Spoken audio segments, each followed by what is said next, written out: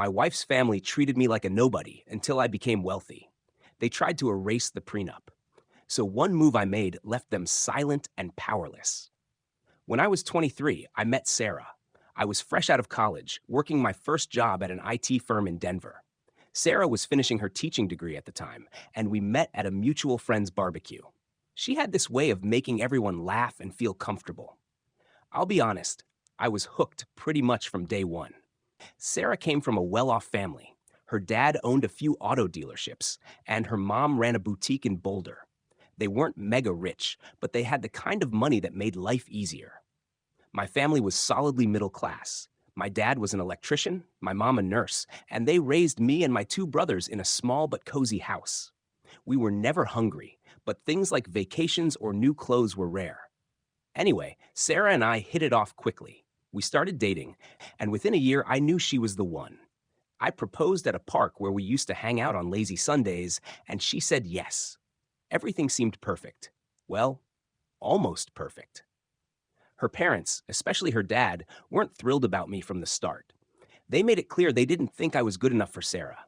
It wasn't outright hostility, more like subtle comments that reminded me of my place.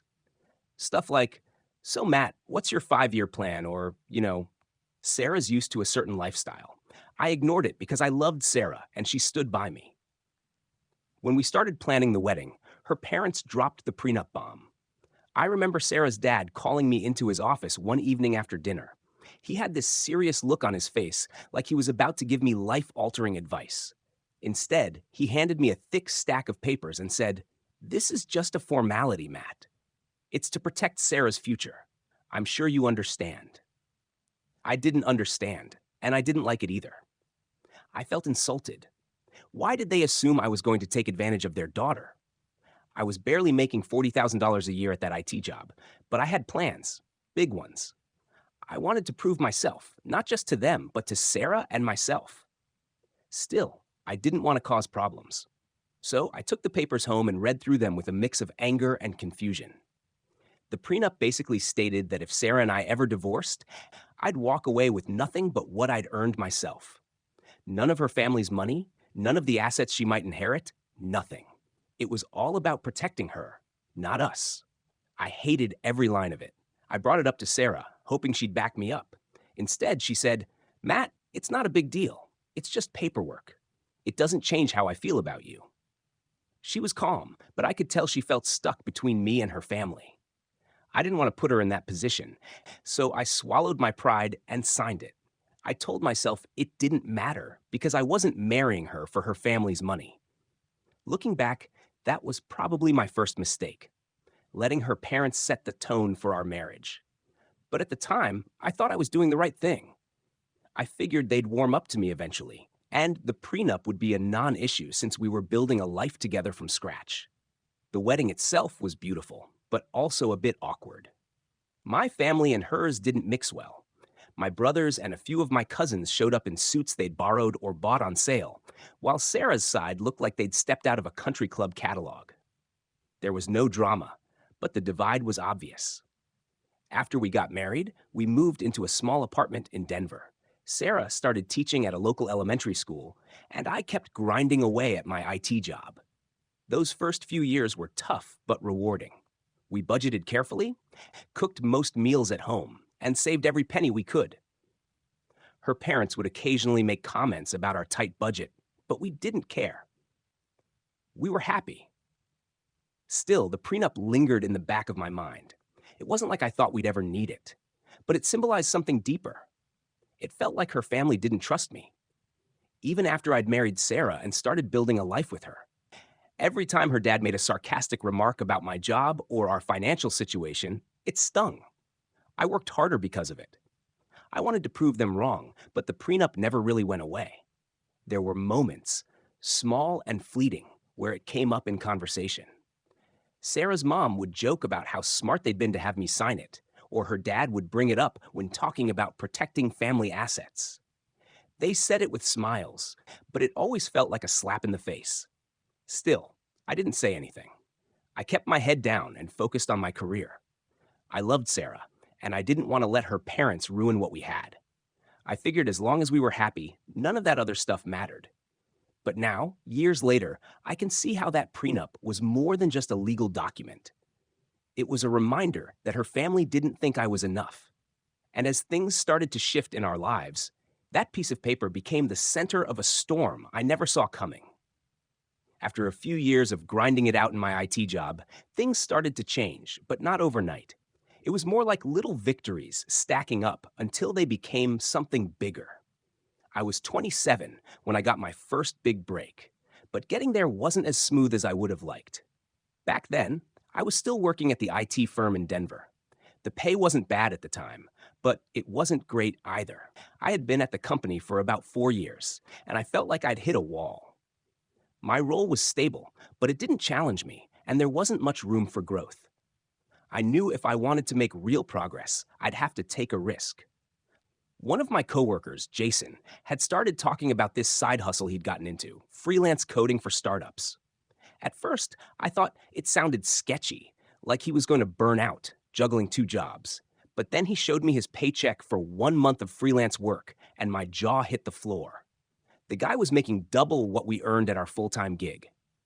That got me thinking. I had always been good at web development and problem solving.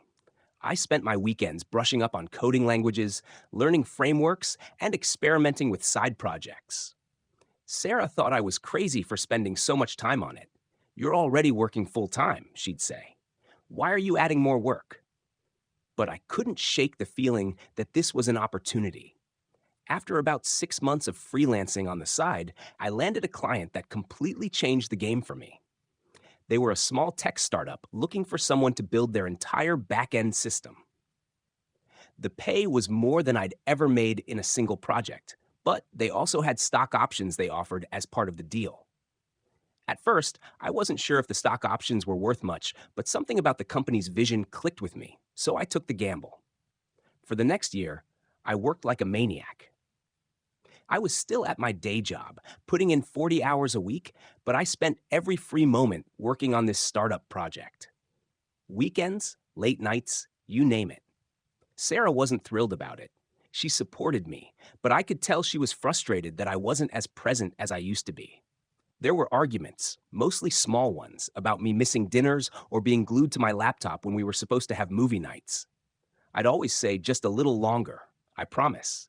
But I don't think either of us believed it. Then it happened. The startup I was working with got acquired by a bigger company, and my stock options skyrocketed in value. One day, I was struggling to keep up with our mortgage and car payments. The next, I had enough to pay off everything and still have a healthy cushion. I'll never forget the look on Sarah's face when I told her. She was stunned in a good way, but I think part of her couldn't believe it was real. That moment was a turning point. I quit my IT job the following week, something I had been dreaming of for years. My boss didn't take it well. He tried to guilt trip me into staying, saying things like, "You're one of our best people, Matt. Are you sure you want to throw this away?" But I knew I was done. I had bigger plans now. The first thing I did after quitting was take Sarah on a surprise trip to Hawaii. We had been talking about going for years, but could never afford it. This was my way of showing her that the hard work had paid off and that I hadn't forgotten about us. It was amazing. Beaches, sunsets, good food. But even there, I couldn't stop thinking about what I wanted to do next. I realized I loved working for myself. The freedom, the challenge, the sense of control. It was addictive. That's when I decided to start my own company. I used the money from the startup acquisition to launch a property management business. Real estate had always interested me, and I saw it as a stable way to grow my wealth without being tied to a desk job. Starting the company wasn't easy. There were a million things I didn't know, from legal paperwork to managing employees. But I threw myself into it the same way I had with my freelance work. I read books, attended workshops, and leaned on a mentor I'd met during my freelancing days. Slowly but surely, things started to click. By the time I was 30, things were looking up in ways I couldn't have imagined a few years earlier. The property management business I started was doing well, better than I ever thought it would. We had a growing list of clients, and I'd managed to build a reliable team that took care of most of the day-to-day operations. For the first time in my life, I wasn't just scraping by or working paycheck to paycheck. I was comfortable. I was proud of how far I'd come, and I thought I'd finally earned a little respect from Sarah's family. But respect wasn't exactly what I got. It started subtly at first. Sarah's dad, Tom, would call and ask for advice on investments. It seemed innocent enough. "Hey, Matt," he'd say, "I've been looking at this opportunity to buy some commercial property downtown. What do you think?" At first, I was happy to help. I figured he saw me as someone who'd proven himself, and I appreciated that he was finally acknowledging my expertise. But then the questions became more personal. "Do you think you could invest with me? Just to help get things off the ground?" Tom asked during one of our conversations. I hesitated. On one hand, he was family, and I wanted to be supportive. On the other hand, the deal he described sounded shaky. I politely told him I wasn't in a position to invest at the time. That was the first time I noticed a shift in Tom's attitude toward me. He didn't say anything outright, but there was a noticeable coolness the next time we saw each other. Sarah picked up on it too, and asked if something had happened. I brushed it off, saying, "Nah, he's probably just stressed about business stuff." But deep down, I knew he wasn't thrilled with me saying no. Meanwhile, Sarah's mom, Diane, had her own way of making things awkward. She'd casually drop hints about how expensive life had become, mentioning how hard it was to maintain their lifestyle now that Tom was semi-retired. "We're not as young as we used to be, Matt," she'd say, smiling sweetly. "Sometimes I think about how lucky you and Sarah are to have such a strong financial foundation." Lucky? That word bugged me. It wasn't luck that got me where I was. It was years of late nights, sacrifices, and hard work. But I kept quiet because I didn't want to cause any tension. Things took a more serious turn one weekend when Sarah and I went over to her parents' house for dinner. The meal started off fine, steak and the usual small talk. But as the evening went on, Tom brought up the prenup. Matt," he said, cutting into his steak, "I've been thinking about that agreement we made you sign back when you and Sarah got married." I froze. I hadn't thought about the prenup in years. To me, it was just a formality we'd done to appease them, something that didn't matter anymore. I figured we were past all that. "What about it?" I asked cautiously. "Well, don't you think it's a little outdated now? I mean, look at how successful you've become. You've built a great life for my daughter, and I respect that. But it seems unnecessary to keep that document in place now, doesn't it?" I glanced at Sarah, who was suddenly very interested in her mashed potatoes. It was clear she knew this was coming. "I don't know, Tom," I said, trying to keep my tone neutral. "It hasn't really been an issue for us. Why change something that's been working fine?" Diane chimed in. "It's just that things are different now, Matt. When you got married, we were trying to protect Sarah's future. But now that you're doing so well, it feels like the prenup doesn't make sense anymore. Your family, after all." There it was. That word family. It was their way of making it sound like I was the one being unreasonable if I didn't agree with them. I looked at Sarah again, hoping she'd step in and back me up, but she stayed quiet. That silence was what annoyed me the most. "Honestly, I don't see a reason to get rid of it," I said finally. "It's not like it's affecting our day-to-day lives. If anything, it's just a piece of paper that's sitting in a drawer somewhere." Tom's smile tightened, and Diane gave Sarah a look as if to say, "Can you talk some sense into him?" But no one pushed the issue further that night. On the drive home, I brought it up with Sarah. "Why didn't you say anything back there?" I asked. She sighed, looking out the window. "Because I don't want to be stuck in the middle, Matt. You know how my parents are. They just want what's best for me. And what about what's best for us?" I countered. "This is our marriage, not theirs. The prenup hasn't been a problem for us, so why are they so focused on it now?" She didn't have a good answer. Instead, she just said, "Talk to them, okay? Don't stress about it." But I did stress about it a lot. Over the next few weeks, the pressure didn't let up. Tom and Diane kept finding ways to bring up the prenup, always framing it as just a conversation. Sarah started to get more defensive about it, saying things like, "You have nothing to lose by canceling it." That's when I started to feel like I was fighting a battle on two fronts, one against her parents and one against Sarah herself. I loved her, but it was hard not to feel like she wasn't fully on my side. The breaking point came when Diane called me one afternoon while I was at the office. She started with small talk, but quickly pivoted to the prenup again. Matt, I really think you should consider how this looks, she said. Keeping that document in place makes it seem like you don't trust Sarah, and that's not fair to her. I'd had enough. With all due respect, Diane, I said, this isn't your decision to make. Sarah and I are fine with how things are. There was a pause, and then she said something I'll never forget. Well, if you're so determined to keep it, I guess we'll just have to see how Sarah feels about that in the long run. It wasn't outright threatening, but it sure felt like a warning. I hung up the phone, furious. That night, I told Sarah what her mom had said. She didn't seem surprised. Instead, she said, they're just worried about me, Matt. They don't mean any harm. That's when I realized this wasn't just about the prenup. It was about control. Her parents had always had a say in her life, and now they were trying to extend that control to me. Chur Update 1. Tap. Hey everyone, it's Matt again. First off, I really appreciate the advice and support I've gotten so far.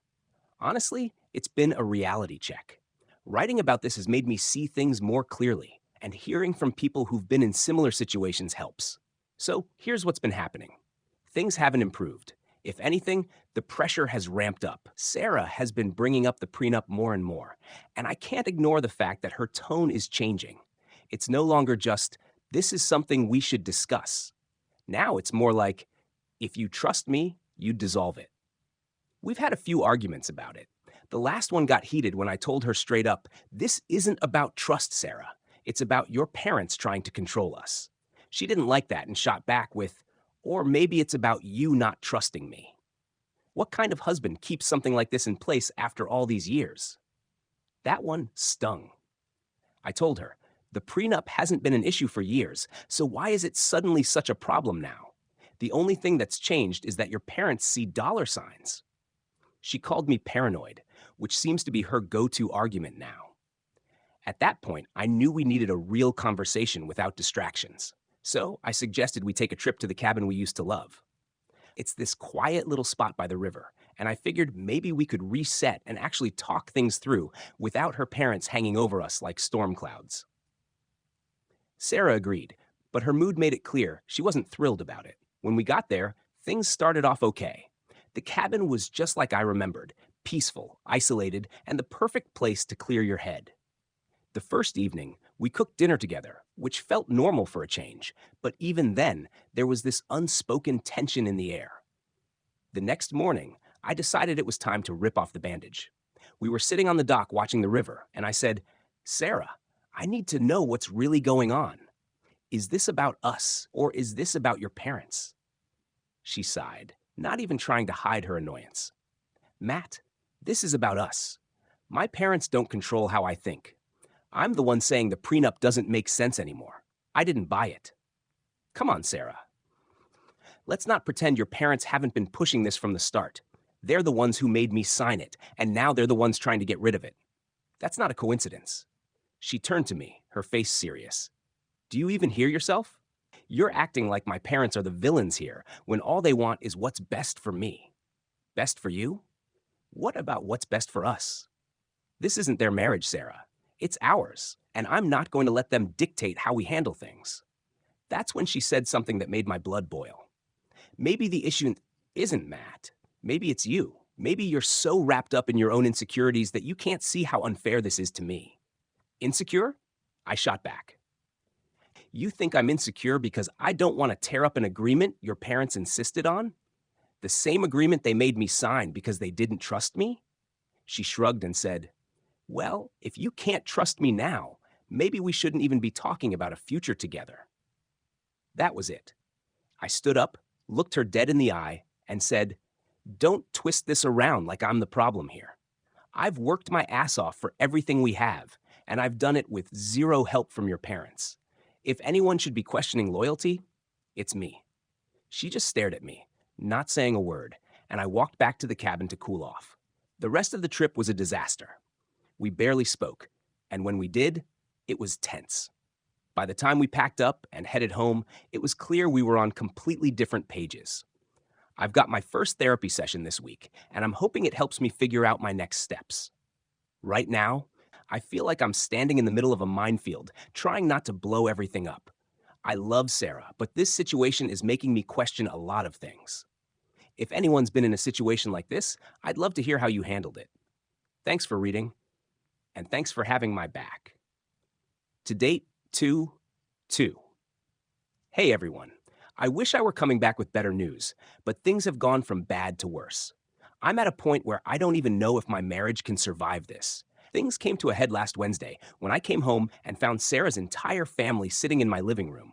Her parents, her sister Amy, and even Sarah herself, waiting for me like it was some kind of intervention. The second I walked in, Tom started in on me. Matt, we've been talking, and it's time to resolve this prenup situation. It's tearing the family apart, and we can't keep living like this. I couldn't believe what I was hearing. Last I checked, this was about my marriage, not a group project.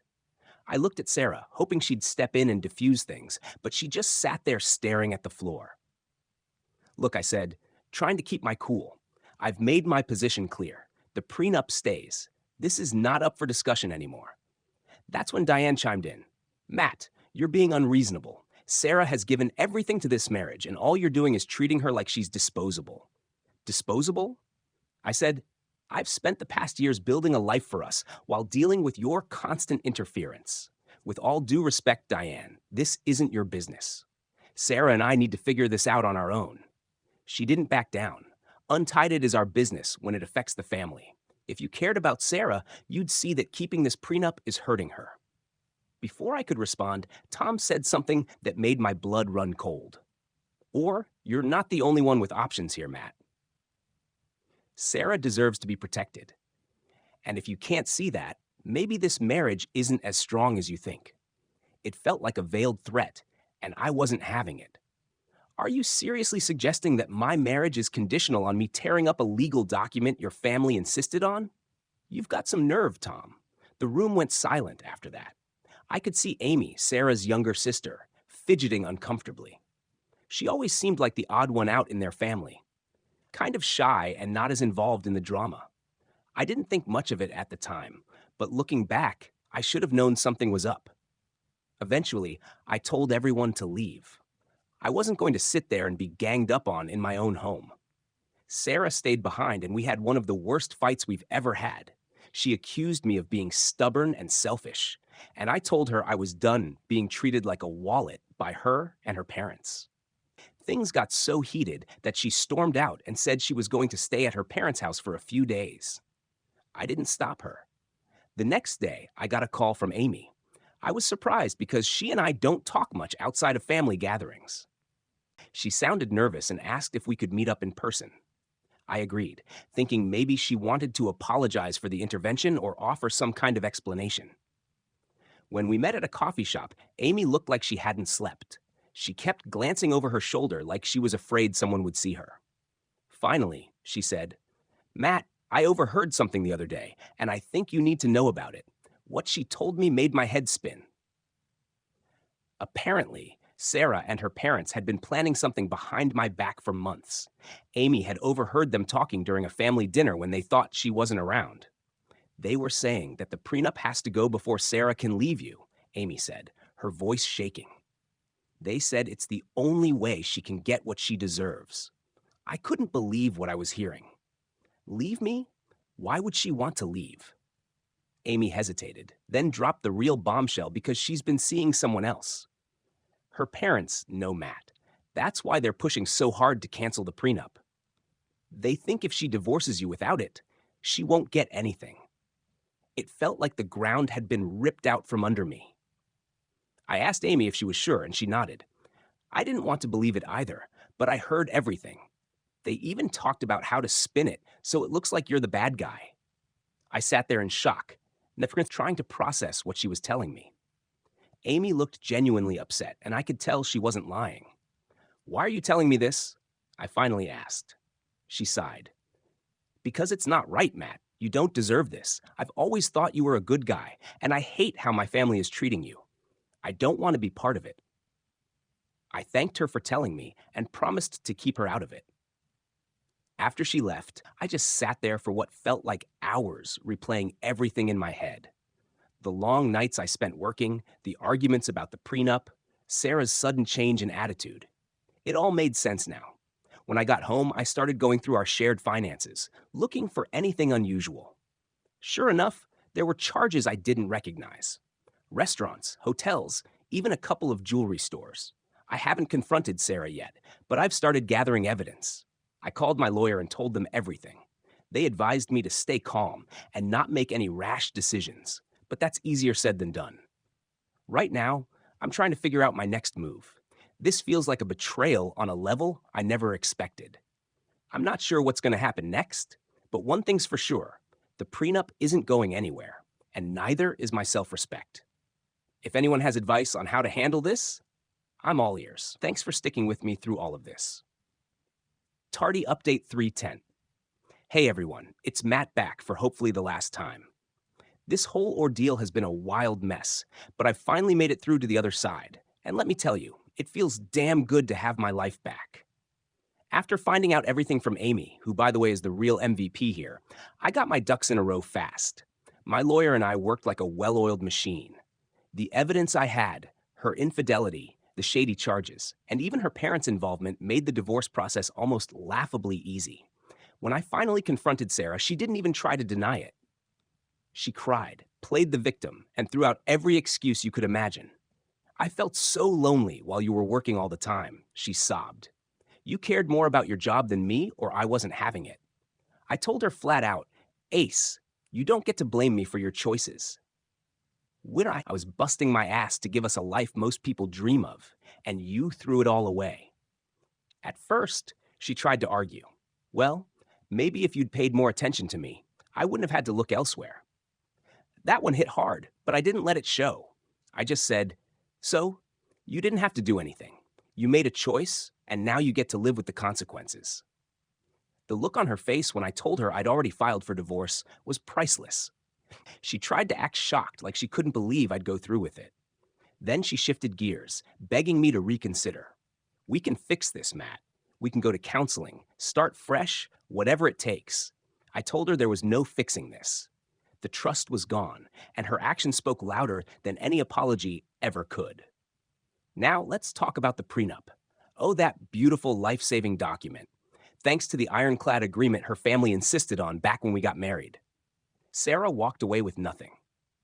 Not a penny of my hard-earned money, no spousal support, no division of assets, nothing.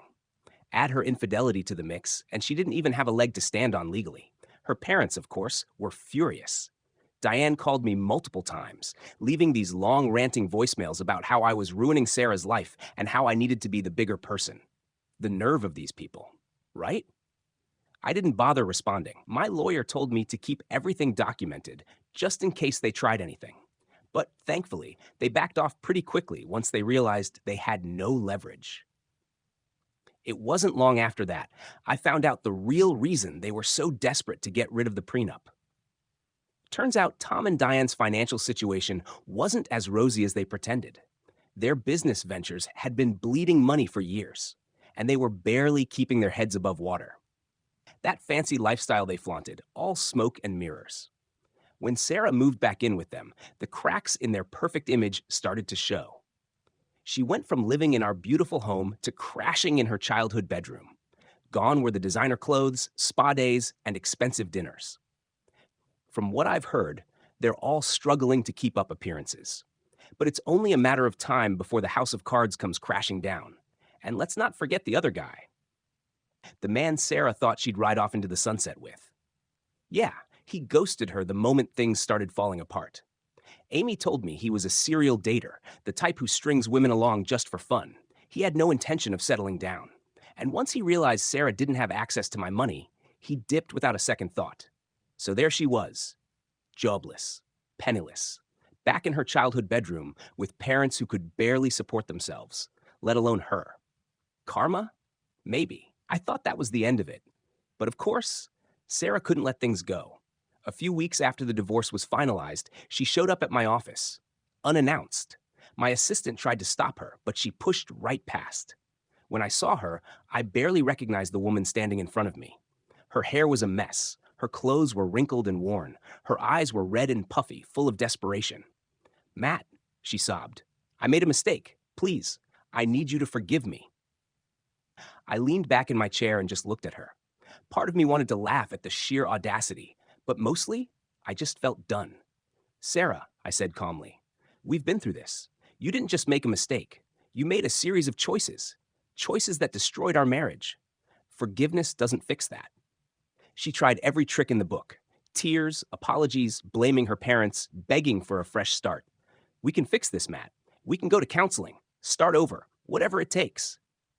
I shook my head. You didn't just cheat, I said. You plotted. You lied. You tried to take everything I worked for. That's not love. And it's not something I can ever forgive. That's when the mask dropped. Her face twisted. You're going to regret this, she snapped. You'll end up alone, and you'll realize you pushed away the only person who really cared about you. I didn't even flinch. No, Sarah, I said. You didn't care about me. You cared about the life I gave you. Now, you get to figure things out on your own. I called security. Watched her get escorted out. That was the last time I ever saw her. Since then, life's been a whole lot quieter and better.